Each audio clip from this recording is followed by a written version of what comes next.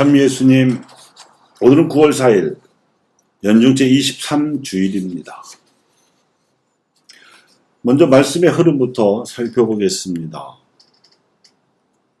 순교자 성월로 지내는 9월의 첫 주일인 오늘, 예수님께서는 우리가 이 세상에서나 죽어서나 천국에 들어가는 일이 가장 중요하기 때문에 누구든지 십자가를 짊어지고 당신을 따라야 한다고 말씀하셨습니다. 이 십자가의 진리는 사람의 생각만으로는 알 수 없는 하나님의 심오한 지혜입니다. 전통적으로 순교란 신앙을 지키고자 목숨을 바치는 행위를 뜻했습니다. 초대교회 이래 무수히 이어진 순교자들의 대열은 한국교회에서도 계속되었습니다. 무려 100년에 이르는 모진 박해 속에서 2만여 명이나 되는 많은 신자들이 순교했습니다. 그 덕분에 우리나라는 양심과 신앙의 자유가 인정되는 문명 사회로 바뀌었고, 백성을 신분으로 차별하는 제도가 철폐되었는가 하면 모든 사람은 하나님 앞에 평등하며 남녀는 동등하다는 종교적 진리가 사회적 상식으로 인정되기에 이르렀습니다. 그런데 신앙의 열매는 정의와 사랑입니다. 먼저 의로움을 갈망한 나머지 일생 동안 의롭게 살면서 신앙을 증거한 이들이 있습니다. 의로움의 덕행을 의덕이라 하는데, 이는 희망의 덕행인 낭덕과 통합니다. 왜냐하면 인간은 누구나 억울한 일을 당하지 않고 정의로운 세상을 희망하기 때문입니다. 또한 사랑의 덕행인 애덕을 일생 동안 추구함으로써 사랑에 메말라가는 현대인들에게 귀감이 되어진 이들이 현대에 들어서서 다수 출현하면서 순교의 전통적 의미가 확장되고 있습니다. 그러므로 믿음의 덕행인 신덕과 내용상으로는 의로움인 희망의 덕행인 망덕, 그리고 믿음과 희망이 전제되어 열리는 열매인 사랑의 덕행, 즉 애덕 모두가 향주덕으로서 이 세상에서 인생을 살면서 하나님을 향하여 나아가게 해주는 덕행이요, 무엇보다도 예수님을 본받음으로써 이 세상에서 천국을 세우는 구원의 길입니다. 그런데 이 모두는 반드시 십자가의 희생을 치루어야만 이루어지는 덕행입니다.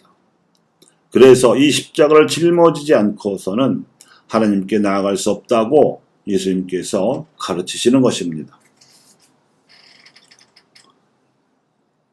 먼저 현대적인 의미의 신앙의 순교자들에 대해서 소개합니다. 근세 이래 유럽과 세계 안에서 고립되어 가던 가톨릭 교회를 복음적으로 쇄신하기 위해 십자가를 짊어지고 헌신하신 역대 교황들도 치명하지 않고도 성인품에 올랐습니다. 현대의 성령 강림 사건이라 불리우는 제2차 바티칸 공회를 소집하신 요한 23세 교황이 그 첫째요. 공회의 실무를 주관한 후 공회가 끝나자 교황직에 올라 공회의 기운을 지속적으로 북돋우기 위해 5년마다 로마에서 각 주제별로 세계 주교 신호들을 개최하고 지역별로도 주교 신호들을 개최하기를 권장함으로써 마치 공회의 후속 작업이 정기적으로 그리고 전 세계에서 이어지도록 함으로써 공회의 정신을 보편화시킨 바오로 6세 교황이 그 둘째입니다. 그리고 무려 25년 동안 교황직에 있으면서 14개의 회칙과 15개의 교황 권고 등을 반포함으로써 공회의 정신을 신자들에게 알리는 한편 전 세계를 77차례나 순방하기도 하면서 공회가 시작한 교회 쇄신의 새 복음화를 직접 전포하신 요한 바오로 2세 교황이 그 셋째입니다. 이 세 번 교황 모두 2014년에 성인품에 올랐습니다. 이분들은 교황직의 무거운 십자가를 짊어지고 교회 쇄신을 통하여 신자들의 믿음을 강화시켜준 지대한 공로가 있습니다. 두 번째는 정의의 순교자입니다.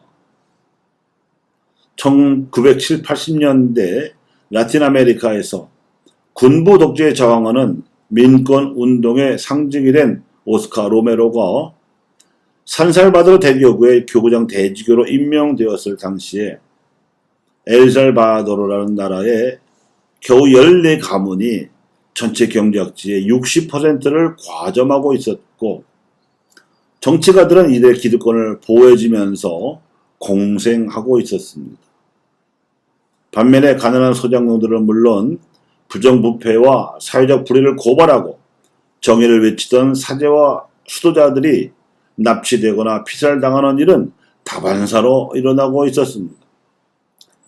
그래서 로메로 대주교는 주일마다 엘살바도르의 모든 본당과 모든 기초 공동체에게 라디오를 통해서 직접 강론하면서 권력자들과 부자들의 불의를 규탄했고, 신자들의 정의감을 북돋우면서 신앙을 고취시켰습니다. 그러자 군부에서는 미사 중에 그에게 총격을 가해서 살해해버렸고, 그는 2014년에 시성되었습니다.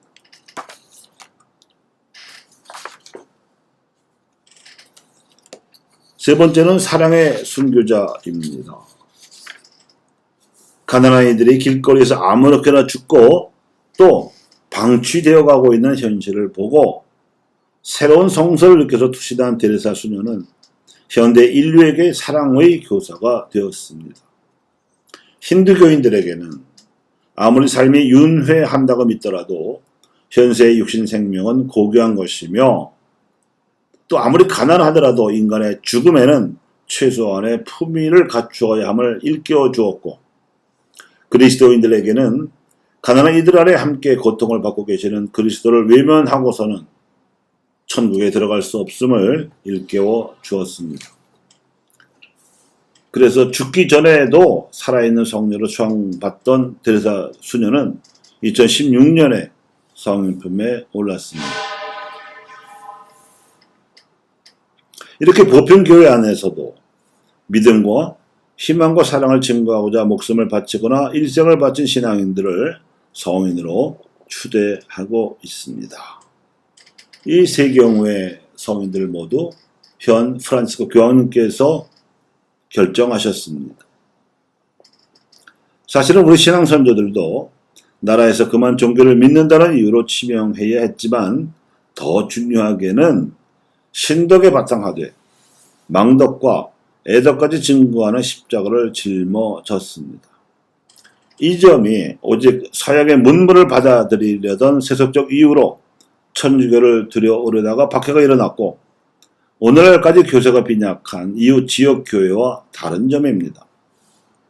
우리 민족에게는 아주 오래 전부터 특별한 하느님의 이끄심이 있었습니다. 그래서 세계교회 역사상 유례 없이 자발적으로 믿음을 받아들이고 선교사가 도착하기도 전에 자생적으로 교회를 세울 수 있었던 것입니다. 실로 오묘한 섭리 덕분에 박해의 십자가 속에서도 굴하지 않고 교회 전체에게 구원의 진리를 증거하였고, 마침내 신앙의 자유를 성취하여 문명의 역사를 앞당겼습니다. 순교자들의 짊어진 십자가 덕분입니다. 이 십자가도 믿음과 희망과 사랑의 향주 삼덕과 직결되어 있습니다. 이를 믿음과 희망과 사랑, 이 세 주제로 나누어서 살펴보겠습니다. 우선 신앙의 섭리를 살펴보자면, 우리나라에 자생적으로 교회가 세워졌다고 해도 보편 교회의 도움이 없었던 것은 아니었습니다.